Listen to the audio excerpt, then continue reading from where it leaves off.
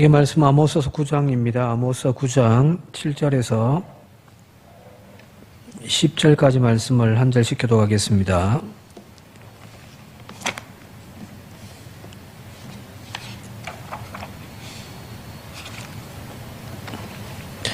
(7절에서) (10절입니다) 여호와의 말씀이니라. 이스라엘 자손들아, 너희는 내게 구스 족속 같지 아니하냐? 내가 이스라엘을 애굽 땅에서 블레셋 사람을 갑돌에서 아람 사람을 기르에서 올라오게 하지 아니하였느냐?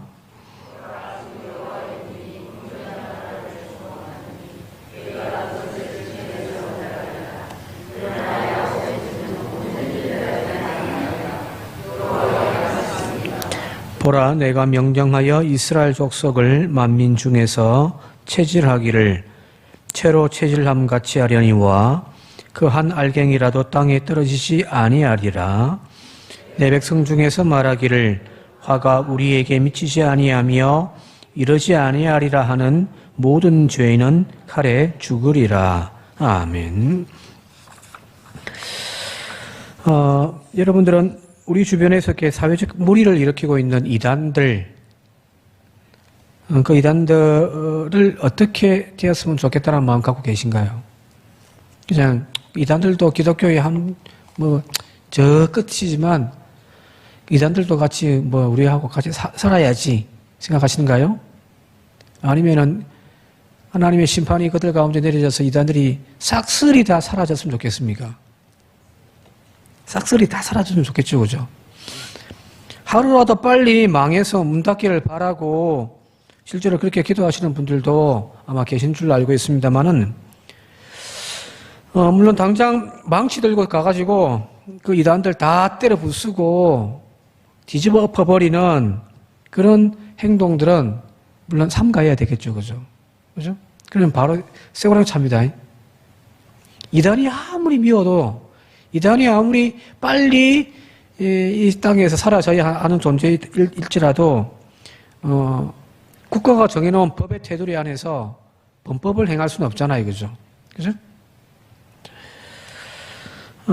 실제로 마음만 열정적이고 지혜롭지 못한 분들이 가끔 보면은 절에 올라가가지고 저거는 우상이다, 하나님은 우상 타파라고 했다 해가지고 망치로 그 불상의 목을 부셔버리는 경우도 있고요. 또 어떤 그 경우는 절에 올라가가지고 절에다 불을 질러부르는 경우도 있거든요. 그것 때문에 또 사회적 지탄을 받기도 합니다만은, 물론 성경에서 우상을 타파하라, 이 땅에서 악한 것들을 제거하라고 했다 할지라도 오늘날처럼 우리 사회가 다 종교 사회이고 또 기독교가 국가의 종교가 아닌 이상은 분명 우리가 지혜롭게 행동해야 할 그 어떤 선이 있다는 거잖아요, 그죠? 미워하되 내가 망치 들고 가지고 다 때려 부수고 그 사람들 명살 잡고 싸움질을 하라는 것이 하나님의 뜻은 분명히 아닐까요? 분명 우리가 할 수 있는 합법적인 방법들이 있을 겁니다. 그죠? 이단들이 이 땅에서 속히 이제 꼬리를 내리고 사라질 수 있도록 하기 위하여 우리는 끝까지 싸워야 되는 거예요. 타협은 없죠. 그죠?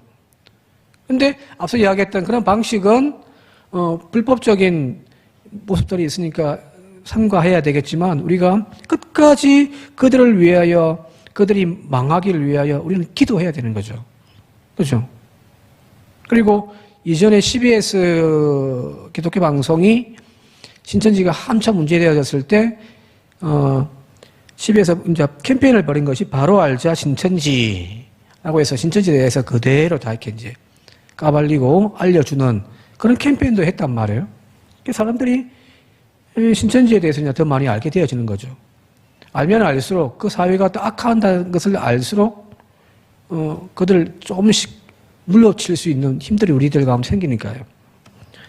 아니면 엘리야 시대처럼 진짜 신이 누군지, 진짜 진리의 가르침이 어디에 있는지, 누구에게 있는지 그런 영적인 싸움을 통해서 우리가 이기면 되잖아요.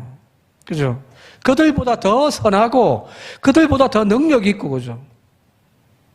그들이 이야기하는 것보다 기존 교회가 더 깨끗하고 하는 그런 어떤 영적인 싸움에서 이기면 되는 거예요. 이단들이 어디를 치고 들어오냐면은 우리의 가장 약한 고리를 치고 들어온단 말이에요. 그죠? 기독교가 현재 너무 구멍이 숭숭숭 뚫려 있으니까 이단들이 판을 치기 참 좋단 말이에요. 그러나 그 부족한 부분들을 채우고 영적으로 깨어있고 또 진리가의 말씀으로 살아가는 그런 교회와 교인들이 되어진다고 한다면은 분명합니다. 우리 사회에서 이단들이 설 자리들은 없습니다.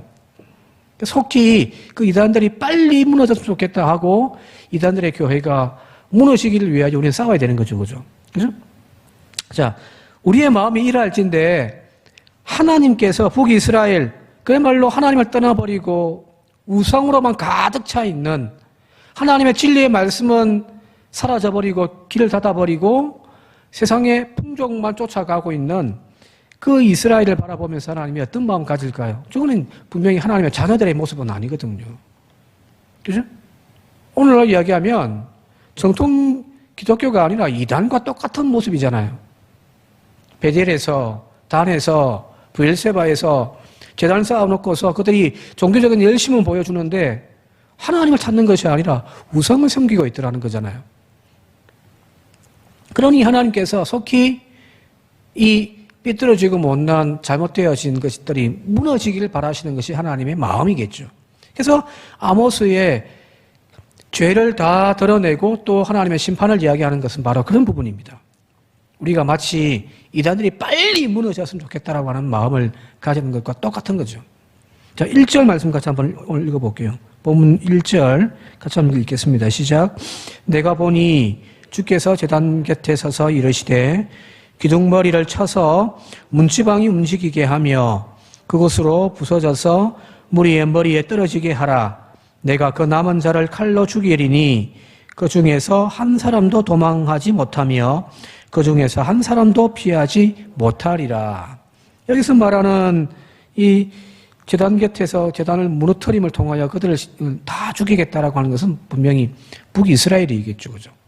마치 사사시대에 나오는 삼손의 이야기. 삼손이 마지막에 블레셋 신전에 두 눈이 뽑혀가지고 가서 그 기둥을 다시 하나님의 능력으로 무너뜨림을 통하여서 그 신전이 무너짐으로 그 당일날 블레셋 사람 3,000명이 죽었던 것과 똑같은 이야기. 그죠? 하나님이 그렇게 심판하시겠다는 거예요. 지난 시간에도 이야기했지만은 애굽에 내리는 재앙을 똑같이 이스라엘 백성들에게 내리겠다는 거잖아요. 오늘 여기 하나님의 백성을 항상 억압했던 그 블레셋을 하나님이 삼손을 통하여서 심판했던 것과 똑같은 모습으로 하나님은 지금 이스라엘을 심판하시겠다는 거거든. 계속해서 2절부터 쭉 보게 되어지면 이렇습니다. 거기에 신전에서 살아남은 한 사람이 있다고 할지라도 내가 반드시 그를 죽이겠다 하잖아요. 그죠? 그러면서 뭐라고 이야기냐면은 제가 좀 읽어드릴게요. 그들이 파고 스올로 저 땅속 깊은 지하의 세계, 죽은 자가 내려가는 그 스올에 들어간다 할지라도 또 하늘로 올라간다 할지라도 내가 끝까지 그를 찾아내겠다. 3절에는 갈멜산 꼭대기에 숨을지라도 또 내 눈을 피하여 바다 밑에 숨을지라도 내가 거기에서 뱀을 명령하여 물게 할 것이다. 그 원수 앞에 사로잡혀 갈지라도 내가 거기까지 칼을 명령하여 죽이게 할 것이라. 내가 그들에게 주목하여 화를 내리고 복을 내리지 아니하리라 하시니라. 그러니까 하나님 완전 싹 쓸어버리겠다는 거지. 한 놈도 내가 남겨놓지 않겠다. 다 죽여버리겠다. 나쁜 놈들. 이게 이방인에 대한 이야기가 아니라 북이스라엘에 대한 이야기라는 겁니다. 자, 그런데 1절부터 아까 쭉 읽었던 4절까지 말씀 보게 되어지면 하나님을 멀리 떠나버리고 이제 더 이상 하나님의 백성이라고 이야기할 수 없는 이스라엘, 그들에게 하나님이 이제 진노하시고 내가 이들을 싹 쓸어버리겠다라고 지금 하고 계시잖아요. 그죠? 그런데 후반쯤, 중반쯤 가면은 8절부터 보게 되어지면은 또 다른 하나님의 말씀이 나오거든요. 같이 한번 8절 읽어볼까요? 8절 읽겠습니다. 시작. 보라, 주 여호와의 눈이 범죄한 나라를 주목하노니 내가 그것을 지면에서 멸하리라. 그러나 야곱의 집은 온전히 멸하지 아니하리라. 여호와의 말씀이니라 하는 겁니다. 조금 앞부분에서는 내가 한 놈도 남겨놓지 않을 것, 다 죽여버리겠다. 이놈의 새끼들. 네가 저 바다 깊은 곳까지 들어간다 할지라도 저 하늘 끝까지 올라간다 할지라도 내가 거기까지 찾아가서 내가 너희들을 한 사람 남김없이 다 죽일 거다. 그렇게 말씀하셨잖아요. 그런데 8절에 이제 그 앞부분에 범죄한 나라를 주목하며 주변에 있는 나라들 심판하였듯이 심판하시겠다는 건데, 그러나 야곱의 집은, 이스라엘 그 집은 온전히 완전하게 멸하지는 아니하리라 여호와의 말씀이라고 말씀하시거든요. 또 하반절에 보면 이 부분들이 조금 더 자세하게 나와요. 14절, 15절 같이 한번 읽어볼게요. 14, 15 시작. 내가 내 백성 이스라엘이 사로잡힌 것을 돌이키리니 그들이 황폐한 성읍을 건축하여 거주하며 포도원들을 가꾸어 그 포도주를 마시며 과원들을 만들고 그 열매를 먹으리라. 15절. 내가 그들의 땅에 심으리니 그들이 내가 준 땅에서 다시 뽑히지 아니하리라. 내 하나님 여호와의 말씀이니라. 이 부분은 이제 구체적으로 회복에 대한 말씀이잖아요. 그죠? 그들이 사로잡혀 갔던 곳에서 돌아올 것이다. 이 황폐해져 버렸던 땅들에 그들이 다시금 집을 짓고 다시금 거주할 것이다. 그들이 가꾸어 놓은 포도원에서 그들이 또한 아름다운 열매를 먹게 될 것이다. 그들이 다시는 이 땅에서 뽑히지 아니할 거다. 회복에 대한 이야기를 말씀하고 계시거든요. 얼마 전까지는 신이 하나님이 탁 때려 죽이겠다고 그렇게 말씀하시놓고서 이제 뒷부분을 가기니까 또 이스라엘에 대한 회복을 말씀하시네요. 내가 완전히 심판하지는 않을 거다라고 말씀하신단 말이에요. 자, 둘의 상반된 이야기잖아요. 그죠? 그죠? 근데 우리는 어느 장단에 춤을 춰야 됩니까? 하나님의 이 두 개의 서로 다른 이야기의 말씀에서 우리는 어디에 말씀에 맞추어서 장단에 춤을 춰야 되냐 말이에요.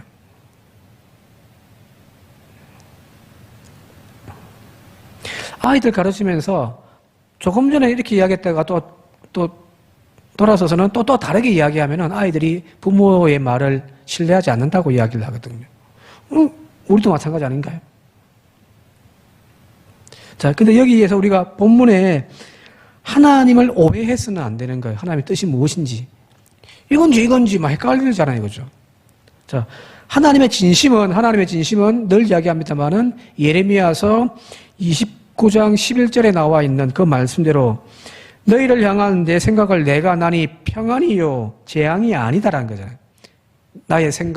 너희를 향한 나의 생각은 평안이다. 재앙이 아니야.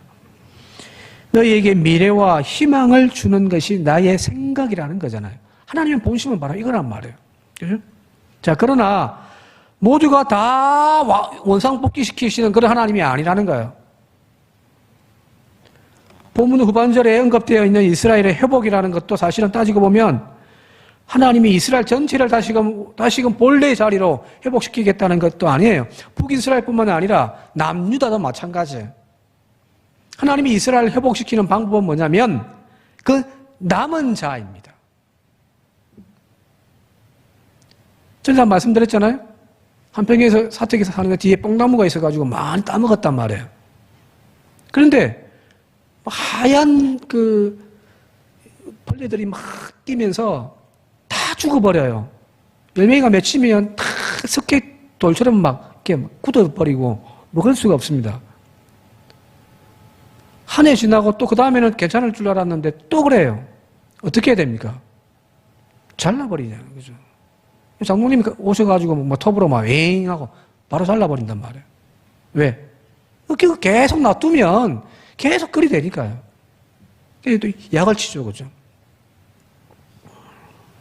자, 여기 있습니다. 하나님은 남은 자를 통하여 하나님의 구원 사역을 계속 이어가시는 거예요. 심판하시지만, 잘라버리시지만, 그럼에도 불구하고 그 거루터기를 통하여, 남은 자들을 통하여 하나님은 구원의 사역을 이루어가시는 거예요. 여기서 이야기하는 것은 서로의 두 개의 모순된 이야기가 아니라, 바로 하나님께서 심판한다. 다 잘라버릴 거다. 희망이 없으니까 잘라버릴 거다. 그러나 나는 여전히 희망을 가지고 있다. 뭘 통해서요? 그 남은 자들을 통해서요. 창세기 18장에 보게 되어지면은 하나님의 새 천사가 아브라함을 만나가지고 하나님의 소돔과 고모라를 심판할 그 계획을 쫙 설명해 주잖아요. 그죠? 그러면은 이제 아브라함이 나중에 뒷부분 가게 되어지면 하나님께 막 기도하잖아요. 그죠? 그게 뭐라고 기도하냐면은 같이 한번 읽어볼까요? 18장 23절입니다. 시작. 아브라함이 가까이 나아가 이르되 주께서 의인을 악인과 함께 멸하려 하시나이까? 라고 이야기를 하는 거예요. 그리고 이제 그 뒤에부터 이제 50명, 45명, 40명, 30명, 20명, 10명 이렇게 쭉 내려가는 거예요. 아브라함이 이 이야기를 듣고서 소돔과 그 고모라, 그 악한 땅, 하나님 심판받는 거 맞죠? 그죠? 지금 아브라함이 그 소돔과 고모라가 심판받는 그 자체를 부정하는 것이 아니에요. 그 악한 도시는, 그 도성은 심판받아야 마땅해요. 그런데 하나님, 그 안에 의인들이 있다고 한다면은, 그 악인들 심판하는 것 때문에 그 의인들까지 죽는 것이 합당합니까? 라고 하나님께 지금 막 그 논리로 지금 이야기하는 거거든요. 우리 교회가 만약에 하나님이, 이런 이야기 하면 안 되겠네요. 우리 교회는 그럴 리가 없으니까요. 저 신천지라고 합시다, 그냥. 저 신천지가 큰 나쁜 짓을 많이 하나님이 이제 심판의 불을 팍 내려가지고 이제, 이 땡땡이도 이제 막 거두어 가시고 막, 거기 사람 다 흩어지고 이제 쪼개지고 막, 그죠. 이제 파괴되어지는, 그 하나 심판 내리시는데, 거기에, 그걸 교리를 믿어가지고 들어가서 지금 하고 있는 사람들이 아니라 어떤 목적을 가지고 거기에 들어가서 그걸 파악하고 들어가는 게 스스로를 숨기고 들어가 있는 신실한 사람들이 있을 거 아니에요. 그죠? 신천지만 여기 보냈겠습니까? 기독교도 그렇게 파송해 있는 사람들이 분명히 있단 말이에요.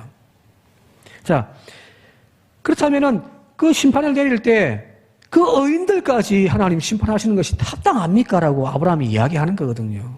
처음에는 아브라함은 그 소돔과 고모라에 의인이 50명 이상은 있을 줄 알았거든요. 근데 아니라는 거거든요. 자, 지금 북이스라엘이 아무리 악하고 하나님의 진노의 심판을 면할 수 없을 정도로 타락한, 그래서 하나님이 이제 심판의 칼날을 탁 들고 이제 내리치려고 하는 그 순간이라 할지라도 분명히 그 안에 여전히 하나님의 이름을 부르고 선한 길을 따르며 살아가고 있는 구별되어진 하나님의 백성들이 존재한단 말이에요. 그죠? 없겠어요? 왜? 호세아서를 보세요. 호세아는 북이스라엘 사람이거든요. 아모스는 남유다 사람이긴 하지만 북이스라엘에 예언할 활동을 했던 많은 선지자들이 있었단 말이에요. 그들과 그들의 뜻을 함께 동조하는 그런 깨어있는, 살아있는 그런 하나님의 백성들이 분명히 존재하더라는 거거든요.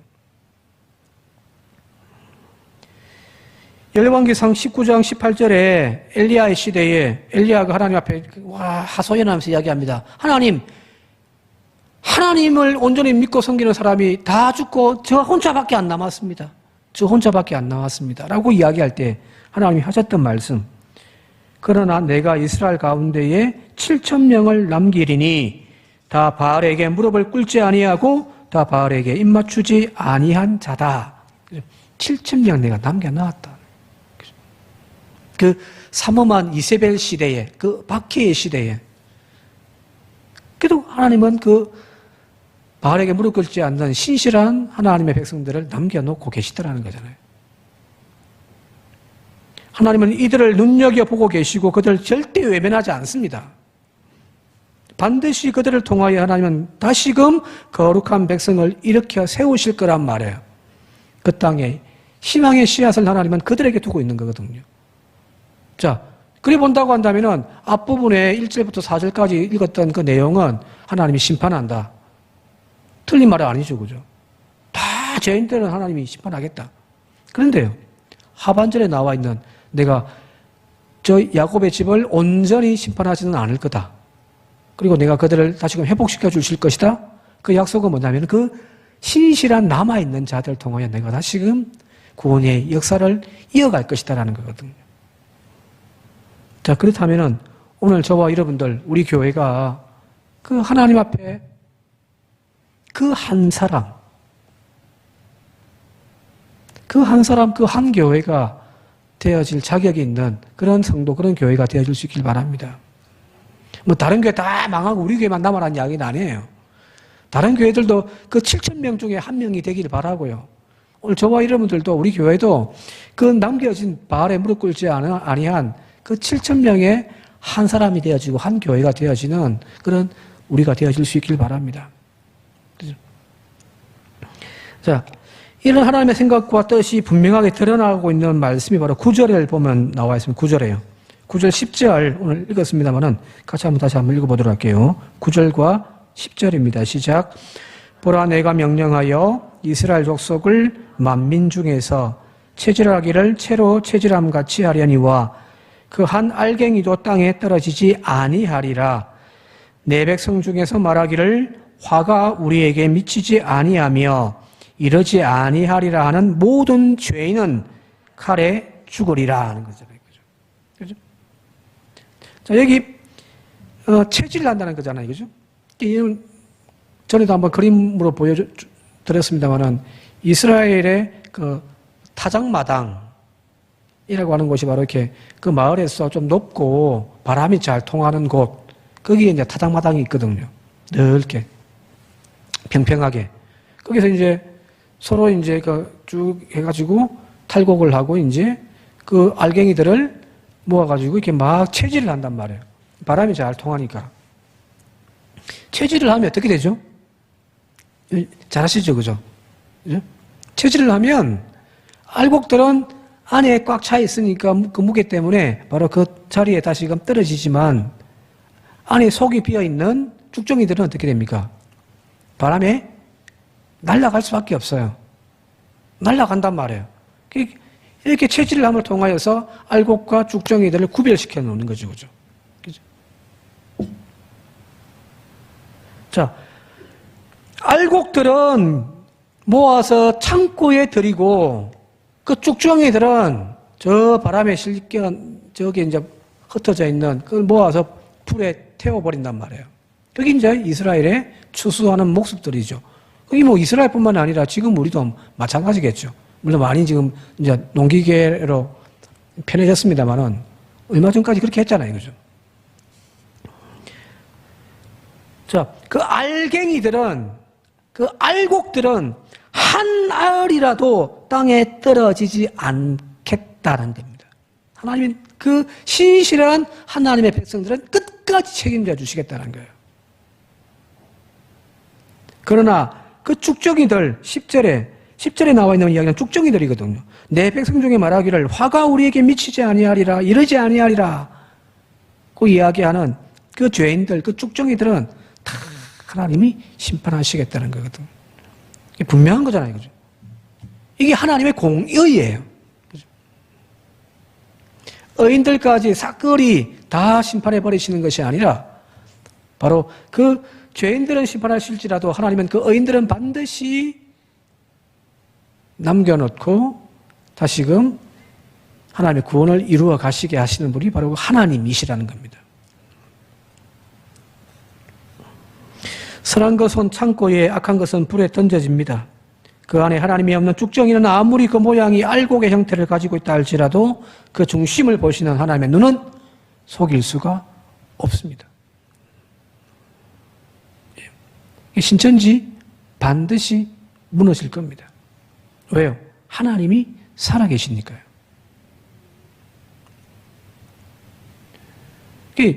시편에 보게 되어지면 다윗의 탄원시가 많이 나와 있거든요. 50장 그 앞뒤로 해가지고. 이렇게 탄원시입니다. 하나님 어떻게 해서 저렇게 불의한 자들이 이제 세상에 판을 치고 앉아 있습니까? 왜 의인들이 왜 길을 못 쓰고 막 이렇게 억압당하며 살고 있습니까? 저들은 지금 막 부자가 되어지고 그들의 자식들은 막 잘 되고 있고 왜 하나님 신실한 하나님의 백성들은 왜 이런 모양 이 꼴로 살고 있습니까? 이해가 안 되는 거예요. 세상 바라보니까. 그런 탄원식들이 많단 말이에요. 그런데 다윗이 반복해서 계속해서 뭐라고 이야기냐면은 나는 여호와라 말미암아 그거를 노래할 거다라고 이야기하거든요. 왜? 하나님은 결코 기머거리도 눈을 감고 졸고 계신 분이 아니기 때문입니다. 다 보십니다. 자, 우리가 여기서 이제, 우리의 신앙생활에 좀 오해가 없어야 될 부분들이 바로 이 부분인 거죠. 그죠? 악은 반드시 하나님이 심판하신다. 그러나 선한 자들은 하나님이 반드시 끝까지 책임져 주신다. 한 알조차도 땅에 떨어지지 않게 하신다. 또 우리는 이제 교회라고 하는 이 공동체를 이해할 때에 분명히 의인들이 모이는, 천사들이 모이는 곳이 교회는 아니잖아요. 그죠? 그죠? 예. 그렇게 오해하고 막 교회 오셔가지고, 사람 때문에 시험 당하고 막 하시는 분들이 있는데, 그건 바보 같은 짓이죠. 다 죄인들이 모여있는 곳이 교회잖아요. 그죠? 하나님은 분명 세상의 모든 악하고 추한 것들조차도 품어 안으시는 사랑의 가슴을 가지고 계신 분이 하나님이십니다. 그 사랑으로 또 다스려지는 곳이 교회이기도 하고요. 죄인들이, 흠 많은 존재들이 모인 곳이 교회예요. 그러나 하나님은 선과 악을 구별하지 않고 무조건 사랑으로 품어주시는 분이 아니라는 거예요. 선과 악을 분명히 구별하십니다. 하나님의 사랑은 그 악한 것을 품어주시지만, 그죠? 끊임없이 품어주잖아요. 자, 품어주시는데 그 품어주시는 이유가 뭐냐면, 그 품어주시는 사랑을 통하여서 악한 것이 선한 것으로 바뀌어져 가기를 기다리시고 원하시면서 품어주시는 겁니다. 악인 그대로 있는 것을 하나님이 그냥 그대로 내버려 두지는 않습니다. 교회 안에서 어떻게 그렇게 치리할 수가 있습니까? 치리해야 되는 거예요. 그냥 용서하고 덮어두고 넘어가고 아니에요. 그건 하나님의 이치에도 맞지 않습니다. 사랑이 하나님을 믿는 인간들이 어떻게 그렇게 치리를 할 수가 있냐? 아니에요. 하나님은 품고 또 용서해주고 품어주시지만은 그 악한 것이 그대로 남아있는 본성을 그대로 가지고 있는 것에 대해서 하나님은 용서하지 않는 분이에요. 일전에도 한번 그런 이야기 말씀드렸었는데, 저희 청소년 시기에 학창시절에 학교 마치면 학생들이 교회에 모여가지고 한 20-30명씩 매일 기도회를 한 2시간 하고 이제 집에 갔단 말이에요. 그때는 다 그렇게 했죠. 그죠? 그죠? 뜨거웠단 말이에요. 근데 그 기도회를, 이름이 이제 쿰 엘리에셀? 예. 학생들끼리 모여가지고, 교사도 없고, 뭐 전사님도 없고, 그냥 학생들끼리 모여가지고, 말씀 읽고, 큐티 나누고 서로 또 기도 제목 나누면서 막 뜨겁게 막 찬양도 하고, 그걸 한 2시간씩 했단 말이에요. 그 모임을, 리더하던 친구가 동기인데, 물론 걔도 이제 신학교를, 감리교 쪽으로 갔습니다만은, 걔가 하루는 그런 말을 해요. 이제 말씀 나누는 시간에 하나님께서는 원수도 사랑하라고 하지 않았느냐. 맞죠, 그죠? 그죠? 복음서에 예수님의 가르침에 그런 말씀들이 나오니까 원수도 사랑하지 않았느냐. 그래서 나는 하나님께 저 사탄도 용서해 달라고, 변화시켜 달라고 기도하고 있다. 그런 이야기를 하더라고요. 여러분 어떻게 생각해요? 저 원수까지도 사랑하고 품어주고 끝까지 1번씩 7번까지 용서해 주라고 하는 것이 그게 예수님의 가르침이잖아요. 자, 그러면 저 사탄도 하나님께서 용서해 주셔서 변화시켜 달라고 기도해야 되는 것은 당연한 거 아닌가요?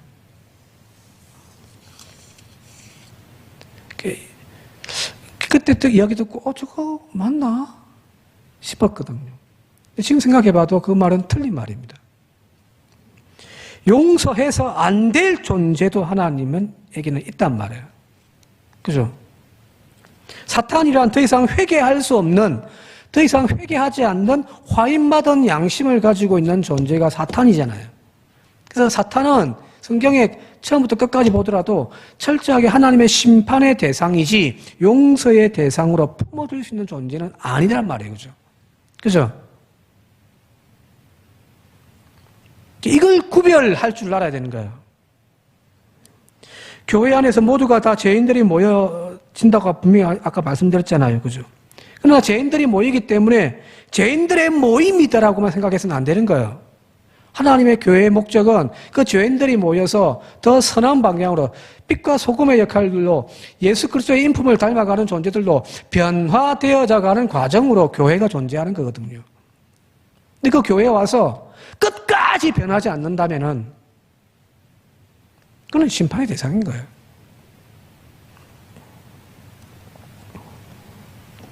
오늘 새벽에 어제 이 말씀 중에 쭉 준비하다가 오늘 새벽에 이제 기도에 요한복음을 읽는데 요한복음 보니까 예수님이 또 그렇게 말씀하시더라고요.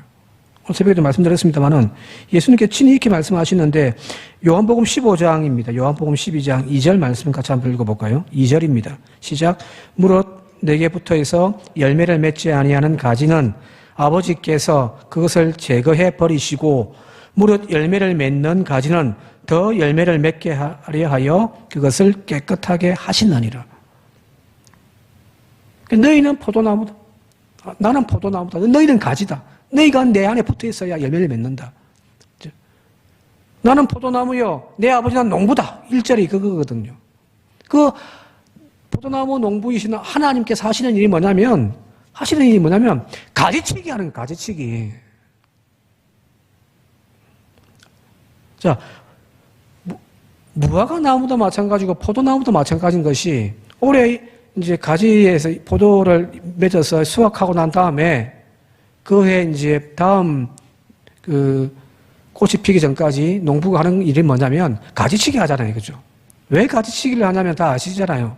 한번 가지에서 열매가 맺혀요. 포도송이가 쭉 맺히면 그 다음에는 그 가지에서 열매가 맺히지 않습니다. 더 이상 그 가지에는 열매가 안 맺어요. 새로 올라오는 가지를 통하여서 그 가지에서 열매가 맺는 거예요. 그러니까 저 가지도 아이고 아깝다 하고 가만히 놔두면은 새로 올라오는 가지가 영양분을 다 빼앗겨 버리는 거잖아요. 그죠? 그러니까 포도가 열리더라도 어떻게 되냐면은 맛이 없어요. 가지치기를 잘 해주는 것이 포도나무 농부가 하는 첫 번째 일이거든요. 더 이상 희망이 없는 열매 맺지 아니하는 가지들은 다 자르는 것이 그의 농부의 지혜인 건데 무조건 교회 안에서는 그냥 다 어떤 인간들도 다 품어주고 안아주고 해줘야 된다. 아닌 거예요. 하나님은 반드시 심판하는 가지들은 잘라버리십니다. 그러나 열매를 맺는 희망이 있는 그 가지에 대해서는 하나님이 끝까지 책임져 주시고 돌봐주시고 열매 맺게 하시는 것이 하나님의 공의이며 또한 하나님의 사랑의 본질이라는 겁니다. 자, 그렇다면 오늘 저와 앞서 이야기했습니다만 말씀 정리하고 마치도록 할게요. 나는 잘려지는 가지여야 할 건가?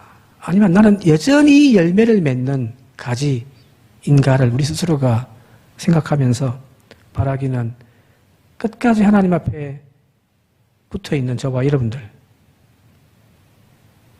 하나님이 끝까지 책임져 주시는 남은 자가 되어지는 저와 여러분들이 되시길 바랍니다. 네. 부족해요. 다 부족해요.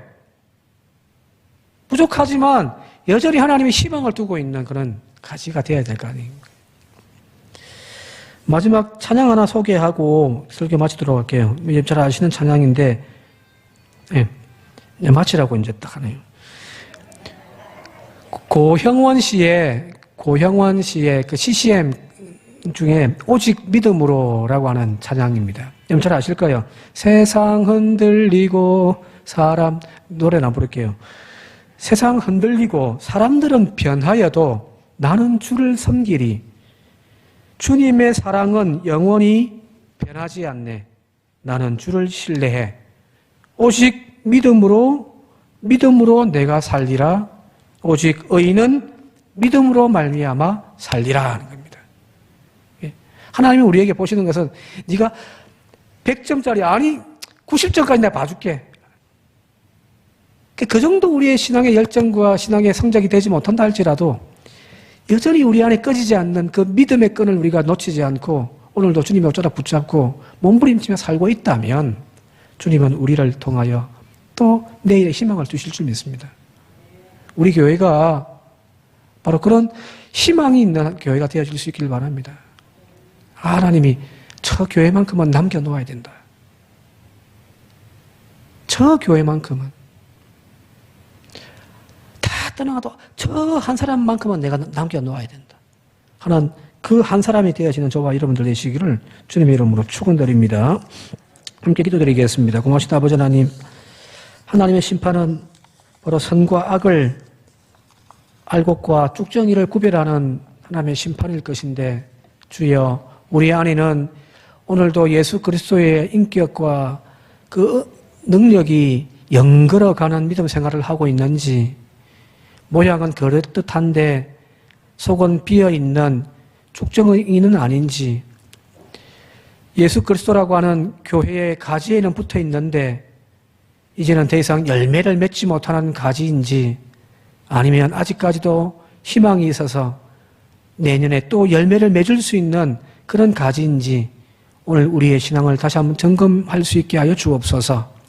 바라기는 하나님의 진노의 칼이 그 도끼가 이미 그 뿌리에 놓여있는 나무가 되어지는 교회가 되지 않게 하시고, 하나님의 전제하시는 가위가 우리의 믿음 생활 목에까지 와 있는 그런 믿음 생활 하지 않게 하시고, 이 가지는 남겨놓아야 되겠다라고 말씀하시는 그런 우리 모두가 되게 하여 주옵소서. 예수님의 이름으로 간절히 기도드리옵나이다. 아멘.